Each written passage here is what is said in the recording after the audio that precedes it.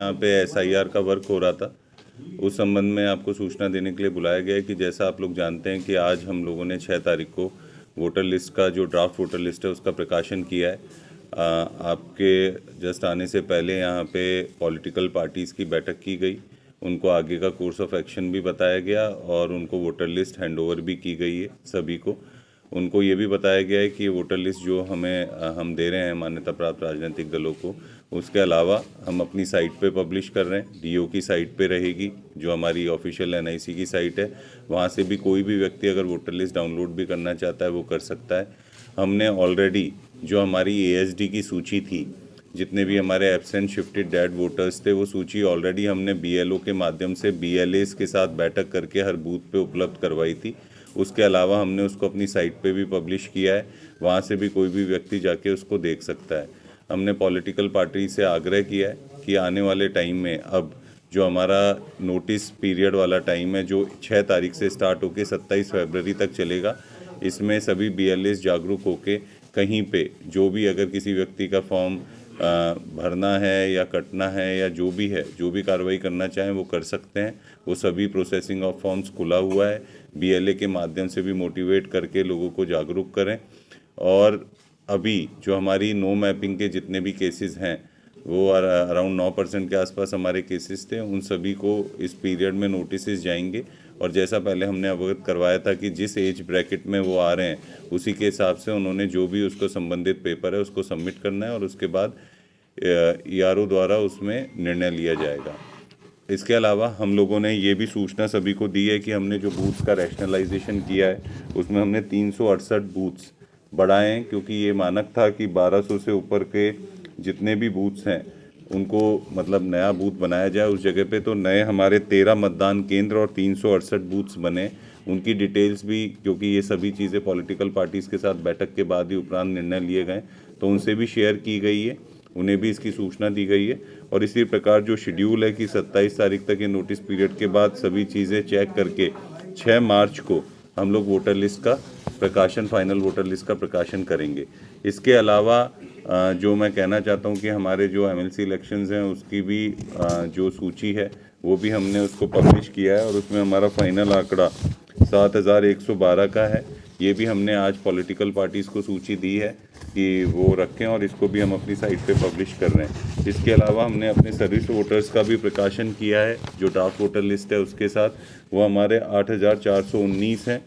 इसमें भी मेरा आप लोगों के माध्यम से सभी लोगों को आग्रह है कि सर्विस वोटर्स के लिए भी ऑलरेडी एक डेडिकेटेड पोर्टल है और वो डायरेक्टली अपने फॉर्म्स वहाँ पे भर सकते हैं, तो वो भी अपने उनकी भी प्रोसेसिंग स्टार्ट है और वो लोग भी अपने फॉर्म्स भर सकते हैं।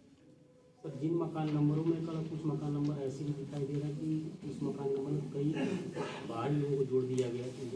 नहीं, देखिए, अगर कोई स्पेसिफिक कोई ऐसी है, क्योंकि पूरी इस बार काफ़ी इंटेंसिव बीएलओ ने एक एक घर जाके एक एक व्यक्ति के साथ एक एक फॉर्म्स का आकलन किया और लोगों ने फॉर्म्स खुद भरे हैं जिनको हम लोगों ने डिजिटाइज़ किए हैं। तो ऐसा नहीं है कि फॉर्म्स जो पब्लिक ने दिए हैं, जो अपने भर के रिटर्न किए हैं, उसी को हमने डिजिटाइज़ किया है। अगर कई जगह पे अगर आप जो बात बोल रहे हैं, अगर ऐसी कोई बात है, क्योंकि ये कोई भी हमारे पास ऐसी कंप्लेन नहीं आई है, पर अगर ऐसी कोई इशू है जो आपके संज्ञान में, तो आप बता सकते हैं, हम उस पर चेक करवाएंगे। कुछ मृतकों के नाम अभी भी वोटर लिस्ट में जुड़े हुए हैं सर। मैं वही बोल रहा हूँ कि जो भी आपको लगता है ये जनरलाइज चीज़ें आप बोल रहे हैं, वो अगर आप देंगे लिखा पढ़ी में या कहीं पे भी आप पॉइंट आउट करेंगे तो हम उसको चेक करवाएंगे। वोटर कटे हैं सर? तो टोटल जो हमारा एएसडी है, हमारा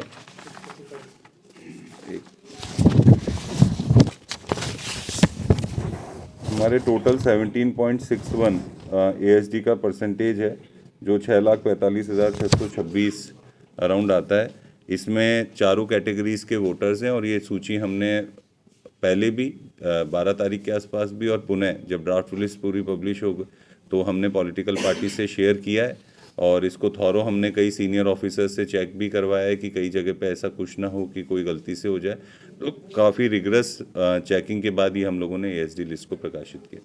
सर, एक गांव है कोड़ीराम के ब्लॉक का अहिरौली और हरिपरा पारनिया पंचायत, वहाँ से 300 से अधिक नाम कटने की चर्चा है और लोगों ने शिकायत भी की है। नहीं, देखिए, ऐसा मतलब एसआईआर में अगर आप देखेंगे तो कोई भी ऐसी कंप्लेन नहीं आई है आज तक, क्योंकि हमने कम से कम 10 मीटिंग्स डिस्ट्रिक्ट लेवल पे पॉलिटिकल पार्टी से की हैं और इसके अलावा सभी जगह पे हमारे तहसील लेवल पे जो ERO लेवल है उस पे भी लगातार पॉलिटिकल पार्टी से बैठक हुई है। सभी जगह पे 100% जिसका हम लोगों ने ऑलरेडी साइट पे अपलोड किए हैं, जो BLA के साथ बैठ के BLO ने मीटिंग की है विद फोटोग्राफ्स टैगिंग हमने अपलोड किए हैं। तो ऐसी कोई भी शिकायत जो मेजर इस टाइप के कि कोई नाम कट गए या जानबूझ के काट गए नहीं आई है, जो हमारे SIR में है। और लगातार इसमें क्योंकि पिछले 1-1.5 महीने से रिगरस वर्क हो रहा है, तो कहीं पे भी कोई इस टाइप का बल्क में कोई भी कंप्लेन नहीं है। फिर भी आपने इसको पॉइंट आउट किया है तो हम लोग इसको पुनः एक बार चेक कर लेंगे। कुछ लोगों ने फॉर्म भर दिया है गिर जनपद से, तो उसमें दोनों जगह से हो गया है, तो उसमें क्या करना है? नहीं, देखिए, हम लोगों का आपके माध्यम से मैं सभी से आग्रह करूंगा कि जो भी व्यक्ति अपना फॉर्म भर रहे हैं तो उसका स्टेटस जानने के बाद ही अपना दूसरा फॉर्म भरें। कई बार ये होता है कि व्यक्ति एक बार फॉर्म भर देता है और उसको कार्ड नहीं मिलता है, तो वो ये सोच के कि मेरा फॉर्म के साथ कुछ कार्रवाई नहीं हुई है और वो दूसरा फॉर्म पुनः भर देता है। मेरी रिक्वेस्ट है सभी लोगों से कि आज के टाइम पे पूरा स्टेटस ये साइट पे दिया हुआ होता है, आप जाके चेक कर सकते हैं कि आपका प्रोसेस हुआ फॉर्म या नहीं हुआ। और एक NGRS की वेबसाइट है जहाँ पे, जिसे हम ग्रीवेंस रिड्रेसल पोर्टल कहते हैं, उस पर कोई भी व्यक्ति अपने कार्ड के बारे में जानकारी, फॉर्म के बारे में जानकारी या कोई भी कंप्लेन या कोई भी शिकायत अपनी दर्ज करवा सकता है। और उस पर उसके पास ऑप्शन है कि जो भी जवाब लगे उस जवाब के बाद भी वो सेटिस्फाइड है या नहीं है, वो उस पर भी एक्शन ले सकता है और उस शिकायत को वापस से रीओपन कर सकता है। और ये कितनी रीओपन हुई, कितने में सेटिस्फाइड नहीं है, डेली बेसिस पे डैशबोर्ड पे दिखता है। तो मैं ये चाहूँगा कि लोग उसका ज़्यादा से ज़्यादा उपयोग करें और पूरी कोशिश यही है कि जो भी फॉर्म 6 में कोई भी डुप्लीकेसी ना हो। वैसे रेगुलर बेसिस पे आयोग द्वारा, मान्य आयोग द्वारा फोटो सिमिलर एंट्रीज़ हों या डेमोग्राफिक सिमिलर एंट्रीज़ हों जो मैच करती हैं, उनका डेटा हमेशा प्रोवाइड करते रहते हैं कि हम लोग उस पर एक्शन लेते रहें और डुप्लीकेसी कम से कम हो। पूर्वांचल का पहला NBA मान्यता प्राप्त संस्थान KIPM GIDA Gorakhpur quality education और बेस्ट प्लेसमेंट के लिए राष्ट्रीय और अंतर्राष्ट्रीय पुरस्कारों से सम्मानित।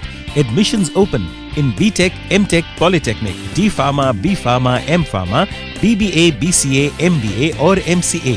Contact KIPM GIDA Gorakhpur.